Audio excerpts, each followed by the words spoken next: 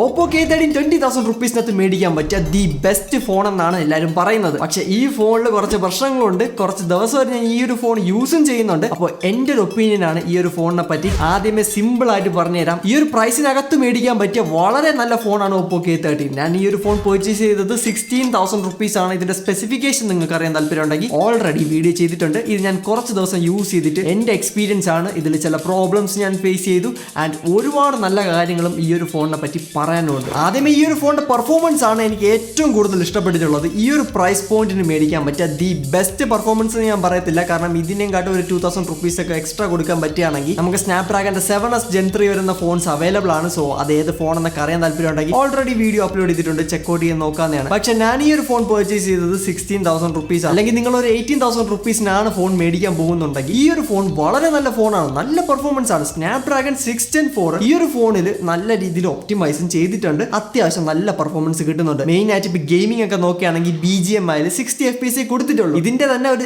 അനിയൻ എന്ന് പറയാൻ പറ്റിയ Realme P3 നോക്കുകയാണെങ്കിൽ നമുക്ക് അവിടെ 90 FPS കൊടുത്തിട്ടുണ്ട്. സെയിം ചിപ്സെറ്റ് ആണ്. ഇതിൽ കുറച്ചുകൂടെ ബെറ്റർ സ്റ്റോറേജ് ടൈപ്പ് ഒക്കെ വരുന്നുണ്ട്. എന്നിട്ടും Oppo ഇതിൽ 60 FPS കൊടുത്തിട്ടുള്ളൂ. ആൻഡ് 60 FPSന്റെ പെർഫോമൻസ് ആക്ച്വലി വളരെ നല്ലത് തന്നെയാണ്. 60 FPSൽ എനിക്ക് വേറെ ഒരു ഇഷ്യൂസും പറയാനില്ല. ഒരു 50 to 60 FPS എന്തായാലും ഇതിന്റെ ഗെയിമിംഗ് പെർഫോമൻസ് ഇന്ന് കിട്ടും. പക്ഷേ ഈ ഒരു ഫോൺ 90 FPSന് കേപ്പബിൾ ആണോ എന്ന് ചോദിച്ചു കഴിഞ്ഞാൽ അതിന്റെ ആൻസർ എന്ന് പറയുന്നത് Realme P3 തന്നെയാണ്. ആ ഒരു ഫോണിൽ ഈസിലി 90 FPS കൊടുത്തിട്ടുണ്ട്. ഇതിലും കൊടുക്കാമായിരുന്നു, പക്ഷേ ഈ ഒരു ഫോണിൽ 60 FPS കൊടുത്തിട്ടുള്ളൂ. വേറെ ഗെൻഷൻ ഇമ്പാക്റ്റോ അതുപോലത്തെ ഗെയിംസ് ഒക്കെ കുറെ ആൾക്കാർ റിക്വസ്റ്റ് ചെയ്തിട്ടുണ്ട്. ഈ ഒരു ഫോൺ ആദ്യമേ പറഞ്ഞേക്കാം പ്രോപ്പർ ഗെയിമിംഗ് ഫോൺ അല്ല. നിങ്ങൾക്ക് ഗെയിമിംഗ് പെർഫോമൻസ് തന്നെ വേണമെന്നുണ്ടെങ്കിൽ മിനിമം 25,000 rupees എങ്കിലും മുടക്കേണ്ടി വരും. iQന്റെ Neo 10R അങ്ങനത്തെ ഏതെങ്കിലും മോഡൽസിലോട്ട് പോകുന്നതായിരിക്കും ബെറ്റർ. ഈ ഒരു ഫോൺ ഈ ഒരു പ്രൈസിന് മേടിക്കാൻ പറ്റിയ അത്യാവശ്യം നല്ല പെർഫോമൻസ് ഉള്ള ഫോണാണ്. ആൻഡ് നോർമലി ഇൻസ്റ്റാഗ്രാം യൂസ് ചെയ്യാനും വാട്സപ്പ് യൂസ് ചെയ്യാനും സോഷ്യൽ മീഡിയ പ്ലാറ്റ്ഫോംസ് യൂസ് ചെയ്യാനും യൂട്യൂബ് കാണുന്ന ഒരു വ്യക്തിക്കും അല്ലെങ്കിൽ അങ്ങനത്തെ ഒരു യൂസേജ് ആണെങ്കിൽ വളരെ നല്ല ഫോണാണ്. UI നോക്കുകയാണെങ്കിൽ വളരെ വലിയ ലാഗ് ഒന്നും ഞാൻ ഫേസ് ചെയ്തിട്ടില്ല. വളരെ മൈന്യൂട്ട് ആയിട്ടുള്ള സ്റ്റട്ടേഴ്സ് ഒക്കെ ഫീൽ ചെയ്തിട്ടുള്ളൂ. ഓവറോൾ വളരെ സ്മൂത്ത് എക്സ്പീരിയൻസ് ആണ് ഇതുവരെ യൂസ് ചെയ്തിട്ട് എനിക്ക് കിട്ടിയത്. പെർഫോമൻസ് ഒരു കുഴപ്പമില്ല, ഈ ഒരു പ്രൈസിന് നല്ലതാണ്. ആൻഡ് BGMA കളിക്കുമ്പോഴാണെങ്കിലും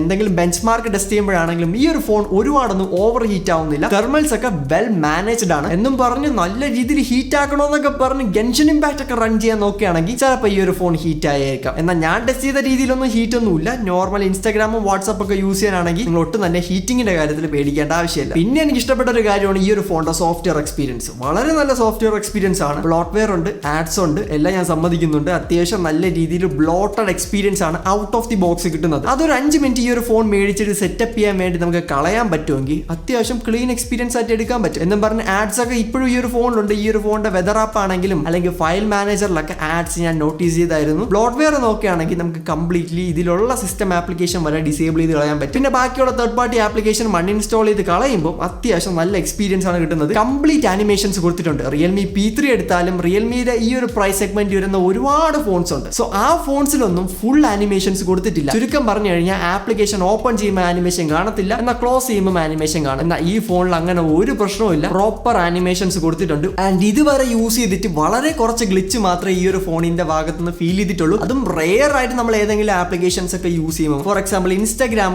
ഇതിന്റെ പകുതി സ്ക്രീൻ മാത്രമേ ഇൻസ്റ്റാഗ്രാം വന്നോളൂ ആൻഡ് പകുതി സ്ക്രീൻ ബ്ലാക്ക് ഔട്ട് ആയിട്ട് പോയിട്ടുണ്ടായിരുന്നു. അത് ആ ഒരു ആപ്ലിക്കേഷൻ ക്ലോസ് ചെയ്യുമ്പോൾ ഫിക്സ് ആയിട്ടുണ്ടായിരുന്നു. ഇത് ഞാൻ 2-3 പ്രാവശ്യം നോട്ടീസ് ചെയ്തുകൊണ്ടാണ് എടുത്ത് പറയുന്നത്. അല്ലാതെ നോർമലി വേറെ ആപ്ലിക്കേഷനിലൊന്നും എനിക്ക് വലിയ ഇഷ്യൂസ് ഫീൽ ചെയ്തിട്ടില്ല. ആൻഡ് ഈ ഒരു ഫോണിൽ സ്റ്റീരിയോ സ്പീക്കേഴ്സ് ആണ് വരുന്നത്. അതിന്റെ പെർഫോമൻസും എനിക്ക് ആക്ച്വലി വെരി ഗുഡ് ആയിരുന്നു ഫീൽ ചെയ്തിട്ടുള്ളത്. 300% വരെയൊക്കെ ഇതിന്റെ വോളിയം പോവും.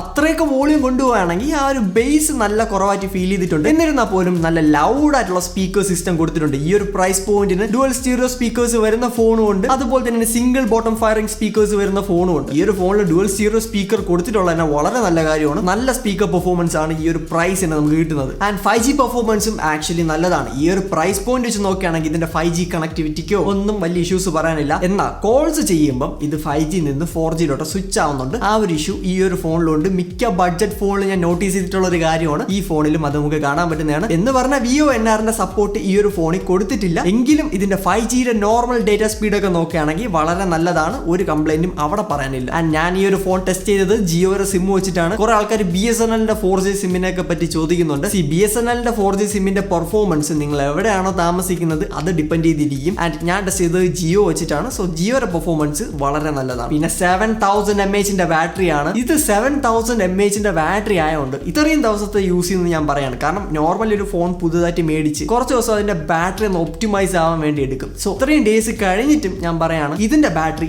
ഫാന്റാസ്റ്റിക് ആണ്. നിങ്ങൾക്ക് ഒരു ദിവസത്തിൽ കൂടുതൽ ഇതിന്റെ ബാറ്ററി ബാക്കപ്പ് സുഖമായിട്ട് കിട്ടും. ഒരു ആവറേജ് സ്ക്രീൻ ഓൺ ടൈം ഒക്കെ പറയാനാണെങ്കിൽ 10 hours എങ്ങനെ പോയാലും ഈ ഒരു ഫോണിൽ നിന്ന് കിട്ടും. അതും നല്ല ഹെവി യൂസേജ്. ആൻഡ് ഞാൻ ഈ ഒരു ഫോൺ വളരെ കോൺഫിഡന്റ് ആയിട്ടാണ് യൂസ് ചെയ്യുന്നത്. കാരണം മിക്ക ഫോണും 5000 mAh ഒക്കെ വെച്ച് വരാറുണ്ട്. സോ അതിന്റെ ഒന്നും ബാറ്ററി എനിക്ക് അത്ര അങ്ങ് ഇഷ്ടപ്പെടാറില്ല. കാരണം എന്റെ ഒരു യൂസേജ് നോക്കുകയാണെങ്കിൽ ഒരു വൈകുന്നേരം ഒക്കെ ആകുമ്പോൾ തന്നെ വീണ്ടും ചാർജ് ചെയ്യേണ്ടി വരും. എന്നാൽ ഈ ഒരു ഫോൺ എന്റെ ഒരു യൂസിന് നോക്കുകയാണെങ്കിൽ ഒരു ദിവസം കംപ്ലീറ്റ്ലി യൂസ് ചെയ്യാൻ പറ്റും. അടുത്ത ദിവസം പകുതി വരെയൊക്കെ ഈ ഒരു ഫോണിന്റെ ബാറ്ററി കൊണ്ടുപോകാൻ പറ്റുന്നതാണ്. ചില ദിവസങ്ങളിൽ ഞാൻ 2 ദിവസം ഈ ഒരു ഫോൺ 100% ചാർജ് ചെയ്തിട്ട് യൂസ് ചെയ്തിട്ടുണ്ടായിരുന്നു. പിന്നെ ബാറ്ററി പെർഫോമൻസ് എന്ന് പറയുന്നത് ഇപ്പൊ എന്റെ ഒരു യൂസേജിൽ എനിക്ക് 10 മണിക്കൂറിൽ കൂടുതൽ ഇതിന്റെ ബാറ്ററി പെർഫോമൻസ് കിട്ടിയിട്ടുണ്ട്. പക്ഷെ നിങ്ങൾക്ക് അങ്ങനെ ആവണമെന്നില്ല. ചിലപ്പോൾ നിങ്ങൾ ഒരുപാട് ഗെയിംസ് ഒക്കെ കളിക്കാറുണ്ടെങ്കിൽ ചിലപ്പോൾ 1 day ഒക്കെ ഈ ഒരു ഫോൺ ലാസ്റ്റ് ചെയ്യത്തുള്ളൂ. സോ അത് ഡിപ്പെൻഡ് ചെയ്തിരിക്കും. എന്നാൽ ഇതിന്റെ ഒരു ആവറേജ് നോക്കുകയാണെങ്കിൽ 10 hours ഒക്കെ ഇതിന്റെ ബാറ്ററി ലാസ്റ്റ് ചെയ്യുന്നുണ്ട്. ആൻഡ് 80 watts ഫാസ്റ്റ് ചാർജിംഗ് ആണ്. ഈ ഒരു പ്രൈസിന് 45 watts ആണ് നോർമലി കണ്ടുവരുന്നത്. ഓപ്പോ എന്ത് കണ്ടിട്ടാണോ 80 watts ഈ ഒരു ഫോണിൽ കൊടുത്തിട്ടുണ്ട്. 80 watts സൂപ്പർ വൂക്ക് ചാർജർ ആണ്. നല്ല രീതിയിൽ ഈ ഒരു ഫോൺ ചാർജ് ചെയ്യുമ്പോൾ ഹീറ്റ് ആവുന്നുണ്ട്. സോ ഹീറ്റിംഗ് ഉണ്ട് ചാർജ് ചെയ്യുമ്പോൾ. അതിന് ചെയ്യാൻ പറ്റിയ ഏറ്റവും നല്ലൊരു കാര്യം എന്ന് പറയുന്നത് ഫാസ്റ്റ് ചാർജിംഗ് മാക്സിമം ഒഴിവാക്കുകയാണെങ്കിൽ ബാറ്ററി ഹെൽത്ത് നല്ലോണം ലാസ്റ്റ് ചെയ്യും. പിന്നെ 7000 mAh ബാറ്ററി ഉള്ളതുകൊണ്ട് ഞാൻ അതിനെ പറ്റി കൂടുതലൊന്നും കുറ്റം പറയുന്നില്ല. പിന്നെ ഇതിന്റെ ഡിസ്പ്ലേ നോക്കുകയാണെങ്കിൽ ഒരു ആമോലെഡ് പാനലാണ്. ഇതെനിക്ക് നല്ലോണം ടെസ്റ്റ് ചെയ്ത് നോക്കാൻ പറ്റിയിട്ടുണ്ട്. ഇതിൽ വെറ്റ് ടച്ചിന്റെ ഒക്കെ ഫീച്ചേഴ്സ് കൊടുത്തിട്ടുണ്ട്. നല്ല രീതിയിൽ ഈ ഒരു ഫോൺ മഴയത്ത് യൂസ് ചെയ്തിട്ടുണ്ടായിരുന്നു. സോ അപ്പോഴൊന്നും ഒരു ഇഷ്യൂസും ഇല്ല. വെറ്റ് ടച്ച് നല്ലോണം വർക്ക് ചെയ്യുന്നുണ്ട്. പിന്നെ ഒരു ഗ്ലൗ മോഡും ഈ ഒരു ഫോണിൽ കൊടുത്തിട്ടുണ്ട്. അത്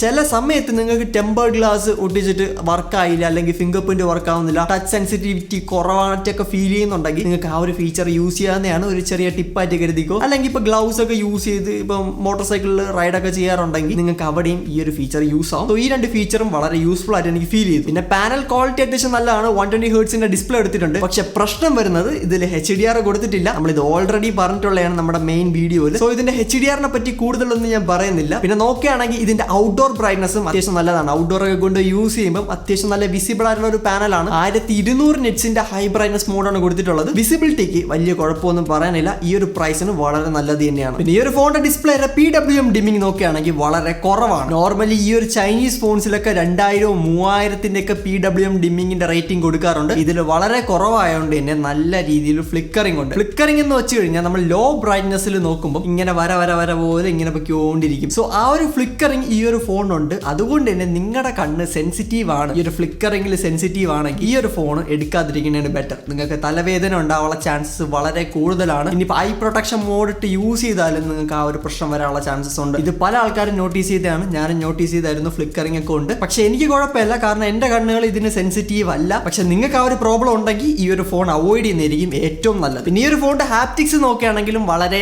നല്ലതെന്നൊന്നും പറയാൻ പറ്റത്തില്ല. വളരെ മോശം ഹാപ്റ്റിക്സ് തന്നെയാണ് കൊടുത്തിട്ടുള്ളത്. അത് ഇതല്ല, ഈ പ്രൈസ് പോയിന്റിലുള്ള മിക്ക ഫോണിലും നമുക്ക് കാണാൻ പറ്റുന്നതാണ്. ഹാപ്റ്റിക്സ് അത്രമാത്രം സുപ്പീരിയർ ഒന്നുമല്ല. ഓപ്പോന്റെ ആ ഒരു ഹാപ്റ്റിക്സ് ഒന്നും ഇവിടെ കൊടുത്തിട്ടില്ല. കാരണം അത്രക്കൊന്നും ഇതിന്റെ ഒരു മോട്ടറിന്റെ കപ്പാസിറ്റി ഇല്ല. അതുകൊണ്ട് തന്നെയാണ് ഹാപ്റ്റിക്സ് നോക്കിയൊന്നും ഈ ഒരു ഫോൺ ആരും പർച്ചേസ് ചെയ്ത് കളയരുത്. ഹാപ്റ്റിക്സ് ഒക്കെ വേണമെങ്കിൽ കുറച്ചുകൂടെ ഒക്കെ ബഡ്ജറ്റ് കൂട്ടാണ്ടി വരും. ഈ ഒരു ഫോണിന്റെ ഒരു സോഫ്റ്റ്വെയർ അല്ലെങ്കിൽ ഒരു ഡിസ്പ്ലേ ഇഷ്യൂ എന്ന് പറയുന്നത് ഇതിൽ 120 Hz ഹൈലി യൂസ് ചെയ്താൽ മാത്രമേ എല്ലാ ആപ്ലിക്കേഷനിലും 120 കിട്ടാറുള്ളൂ. നോർമലി ഓട്ടോ റീഫ്രഷ് റേറ്റ് ആണ് ഞാൻ യൂസ് ചെയ്യുന്നതെങ്കിൽ എന്റെ ഈ ഒരു ഡിസ്പ്ലേ യൂട്യൂബ് എടുക്കുമ്പോഴോ അല്ലെങ്കിൽ വേറെ ഏതെങ്കിലും ആപ്ലിക്കേഷൻ ഓപ്പൺ ചെയ്യുകയാണെങ്കിൽ അതിന്റെ റീഫ്രഷ് റേറ്റ് 120 മാറി കുറച്ച് കുറഞ്ഞ റീഫ്രഷ് റേറ്റിലോട്ട് പോകും. ചിലപ്പോൾ 60 ആയിരിക്കും, 90 ആയിരിക്കും. അത് ഈ ഫോണിന് തോന്നും പോലെ ഇരിക്കും. പക്ഷെ ഹൈലിട്ട് യൂസ് ചെയ്യുകയാണെങ്കിൽ ആ ഒരു പ്രശ്നം വരത്തില്ല. ഞാൻ ഈ ഒരു ഫോൺ ഹൈലിട്ട് യൂസ് ചെയ്യാനാണ് സജസ്റ്റ് ചെയ്യുന്നത്. ഇതല്ല, ഈ പ്രൈസ് പോയിന്റിലുള്ള ഒട്ടുമിക്ക ഫോൺസ് നിങ്ങൾ മേടിക്കുകയാണെങ്കിൽ ഹൈലിട്ട് തന്നെ യൂസ് ചെയ്യാൻ വേണ്ടി ശ്രമിക്കുക. ശരിയാണ്, ബാറ്ററി കൂടുതൽ കൺസ്യൂം ചെയ്യും. പക്ഷെ നിങ്ങളുടെ എക്സ്പീരിയൻസ് 120 ഇടുകയാണെങ്കിൽ കുറച്ചുകൂടെ ബെറ്റർ ആയിരിക്കും. ഓട്ടോ സെറ്റിംഗ്സ് ഈ പ്രൈസ് പോയിന്റിലുള്ള ഡിവൈസിലൊന്നും നമുക്ക് അങ്ങനെ വിശ്വസിക്കാൻ പറ്റത്തില്ല. ആകെ CMFന്റെ ഫോണിലാണ് അത്യാവശ്യം നല്ല രീതിയിൽ ആ ഒരു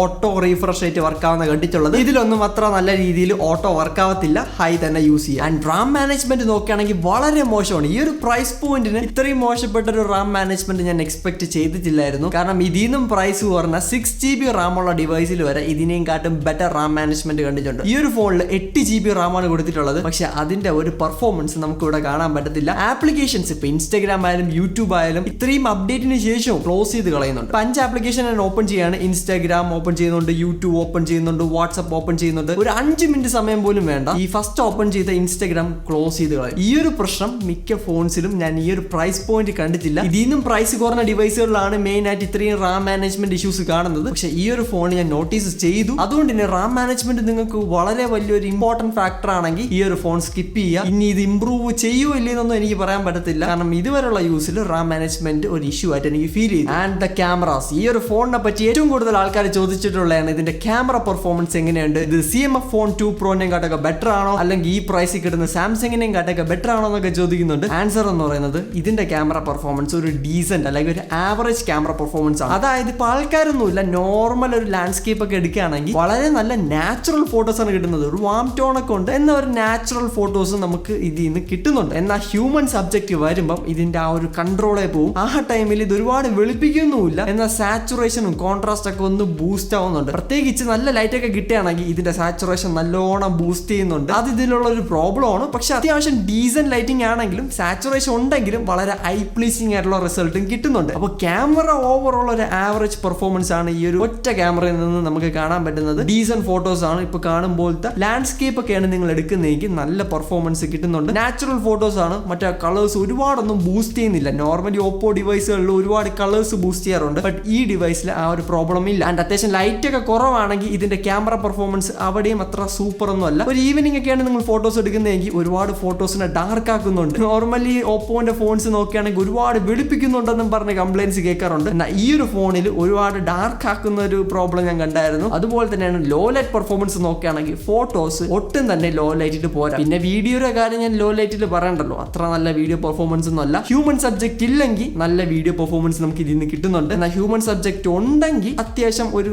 ബാഡ് പെർഫോമൻസ് എന്നേ ഞാൻ പറയത്തുള്ളൂ. മാത്രമല്ല 4K 30 FPS ഇതിന്റെ പ്രൈമറി ക്യാമറയിൽ നിന്ന് എടുക്കാൻ പറ്റുന്നുണ്ട്. ആൻഡ് ആ ക്യാമറയിൽ സ്റ്റെബിലൈസേഷൻ കൊടുത്തിട്ടില്ല. ഒപ്റ്റിക്കൽ പോട്ടെ ഇലക്ട്രോണിക് സ്റ്റെബിലൈസേഷൻ പോലും ഈ ഒരു ഫോണിൽ കൊടുത്തിട്ടില്ല. അത് കൊടുക്കാമായിരുന്നു. ഈ ഒരു പ്രൈസ് പോയിന്റിന് OIS ഒക്കെ ഉള്ള ഫോണുണ്ട്, ഇതിന് അറ്റ്ലീസ്റ്റ് വീഡിയോയിൽ സ്റ്റെബിലൈസേഷൻ കൊടുക്കാമായിരുന്നു. ബട്ട് ഈ ഒരു ഫോണിൽ 4K സ്റ്റെബിലൈസേഷൻ വരുന്നില്ല. ആൻഡ് വീഡിയോസ് ഒട്ടും തന്നെ സ്റ്റേബിൾ അല്ല. നിങ്ങൾക്ക് ഇപ്പോൾ ഈ ഒരു വീഡിയോ കാണുമ്പോഴത്തെ ഒരു പെർഫോമൻസ് ആയിരിക്കും കൈയൊക്കെ ഷേക്ക് ആവുന്നുണ്ടെങ്കിൽ കിട്ടാൻ പോകുന്നത്. ആൻഡ് ഫ്രണ്ട് ക്യാമറ റിയൽമിയിലും OnePlusലും അല്ലെങ്കിൽ ഓപ്പോന്റെ ഡിവൈസിലൊക്കെ സ്ഥിരമായിട്ട് വരുന്ന 16 മെഗാ പിക്സലാണ്. 1080p 30 FPS എവിടെയും സപ്പോർട്ട് ചെയ്യുന്നുള്ളൂ. ആൻഡ് അതിന്റെ പെർഫോമൻസും വളരെ വളരെ മോശമാണ്. പക്ഷെ സ്റ്റെബിലൈസേഷൻ ഫ്രണ്ട് ക്യാമറയിൽ കൊടുത്തിട്ടുണ്ട്. ആൻഡ് സ്റ്റേബിൾ വീഡിയോസ് ആണ്, പക്ഷെ വീഡിയോ പെർഫോമൻസ് ഇതിന്റെ ഒരു മെയിൻ ഫാക്ടറായിട്ട് ഞാൻ ഒട്ടും തന്നെ പറയത്തില്ല. ഫോട്ടോ ആണെങ്കിലും സെൽഫി പെർഫോമൻസ് ഡീസന്റ് ആണ്. അതുകൊണ്ട് തന്നെ എനിക്ക് പറയാനുള്ളത്, ഈ ഒരു ഫോൺ നിങ്ങൾ മേടിക്കുന്നുണ്ടെങ്കിൽ അത് ഇതിന്റെ ക്യാമറ നോക്കിയിട്ട് ഒട്ടും തന്നെ ഈ ഒരു ഫോൺ പർച്ചേസ് ചെയ്യാൻ വേണ്ടി നിൽക്കല്ലേ. ആൻഡ് ഇതിന്റെ ഫസ്റ്റ് ഇംപ്രഷൻ വീഡിയോയിൽ ഞാൻ ഒരു പ്രോബ്ലം പറഞ്ഞിട്ടുണ്ടായിരുന്നു. ആ ഒരു പ്രോബ്ലം ഓപ്പോ ഫിക്സ് ചെയ്തിട്ടുണ്ടായിരുന്നു. സോ ആ ഒരു പ്രോബ്ലം എന്താണെന്ന് അറിയാൻ താല്പര്യമുണ്ടെങ്കിൽ നേരത്തെയുള്ള വീഡിയോ കണ്ടാൽ. ആൻഡ് ഈ ഒരു ഫോൺ അത്യാവശ്യം ബൾക്കി ആണോ എന്നൊക്കെ ചോദിക്കുന്നുണ്ട്. ആണ്, ശരിക്കും പറഞ്ഞു കഴിഞ്ഞാൽ ആണ്. 8.5 mm